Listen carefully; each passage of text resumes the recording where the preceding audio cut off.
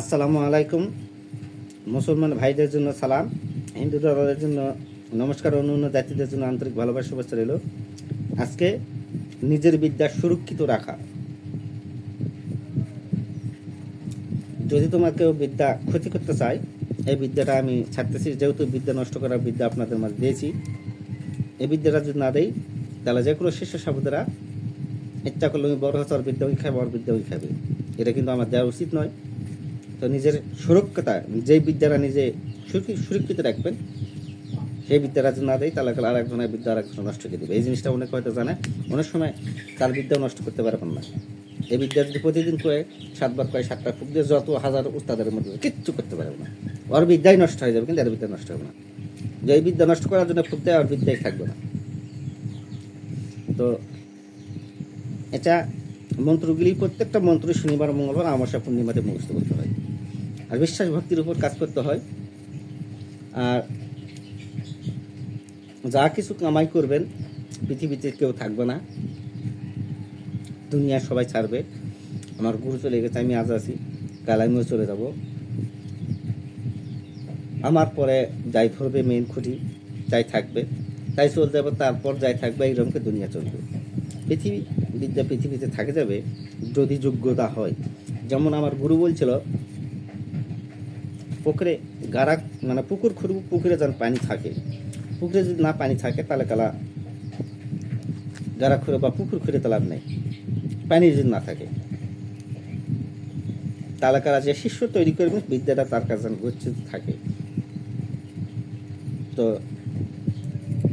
আমার গুরু বলছিল, যদি কোনো ক্ষেত্রে হয়তো কথার কথা, যদি আমার বাড়ি ঘরে আগুন টাগুন লাগে, সমস্ত পুরো ভরসা হয়ে গেছে, কিছুই নেই, মাটির তলে যে কয়েকটা 4টা বোতল পোতা থাকবে বা 1টা বা 5টা বোতল পোতা আছে, আবার আমি সাবেক, আবার সব ফিরে আসবে, আবার সব ঠিক হয়ে যাবে। তো বিদ্যা তো আমার নষ্ট করা তো দূরের স্বপ্ন। আমি তো বললাম সব কিছু পুড়ে দিতে যাই, তারপর আল্লাহ রহমতে আমার সমস্যা নাই। গুরু বাক্য কখনো বিফলে যাবে না। আর যদি গুরু ধ্যান গুরু স্মরণ করেন, আর গুরু পিছিয়ে যদি 10 টাকা খরচ করেন, এই যে আমি গুরু মরে যাওয়ার পরে আমি তো গুরুর নামে বছর 2বার মিলাদ করতেছি 1.5 লক্ষ টাকা খরচ করে। 1.5 লক্ষ টাকা হলে আজকাল সংসারে শহরের বুকে হলেও চলে যাবে, সমস্যা হবে না তার। 1.5 লক্ষ টাকা মানে অ্যাভারেজ 15,000 টাকা মাস। আর 5,000 টাকা বাসা ভাড়া, 10,000 টাকা হলেও ঢাকা শহরেও চলতে পারবে একটা পরিবার। আজকাল মানুষ তো আগের মতন আর ভাত খেতে পারে না। 1 কেজি চাউল হলে 4টা মানুষ সারাদিন চলে যাবে। 1 কেজি চাউল 60-70, মাছ 100 টাকা, তেল মশলা আরও এভারেজ। তো সেই জিনিসটাই আমি মনে করি গুরুর চেয়ে খরচ করতেছি, গুরুর বাক্য আমি রাখতেছি। যেদিন তো হয়তো গুরুর বাক্য রাখবো না, সেদিন তো হয়তো আমার সমস্যা হতে পারে।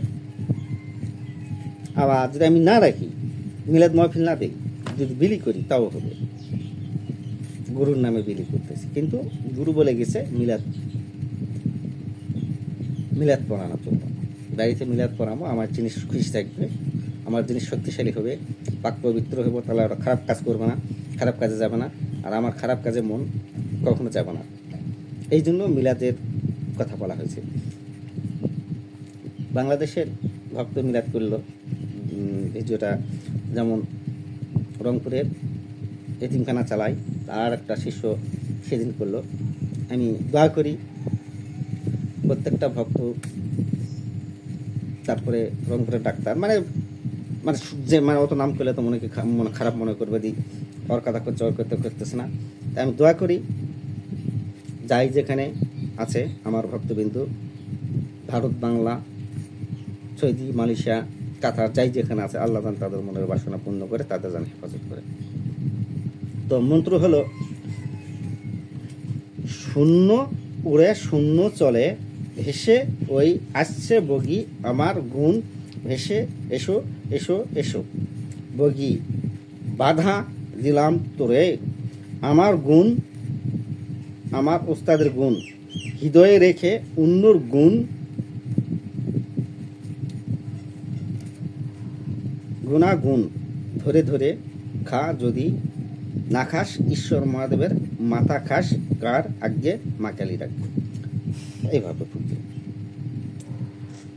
শূন্য উড়ে শূন্য চলে, ভেসে ওই আসছে বগি, আকাশ গুনে ভেসে এসো এসো এসো, বগি বাধা দিলাম তোরে, আমার গুণ ও আমার ওস্তাদের গুণ হৃদয়ে রেখে, অন্য গুণাগুণ ধরে ধরে খা, যদি না খাস ঈশ্বর মহাদেবের মাথা খাস, কার আজ্ঞে, মা কালীর আজ্ঞে।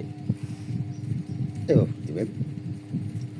শূন্য উড়ে শূন্য চলে, ভেসে ওই আসছে বগি, আকাশ গুনে ভেসে এসো এসো এসো, বগি বাধা দিলাম তোরে, আমার গুণ আমার উস্তাদের গুণ হৃদয়ে রেখে, অন্য গুণাগুণ ধরে ধরে খা, যদি না খাস ঈশ্বর মহাদেবের মাথা খাস, কার আজ্ঞা, মা কালীর আজ্ঞা।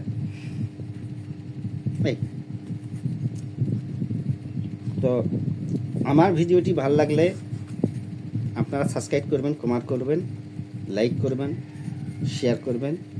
আল্লাহ হাফেজ।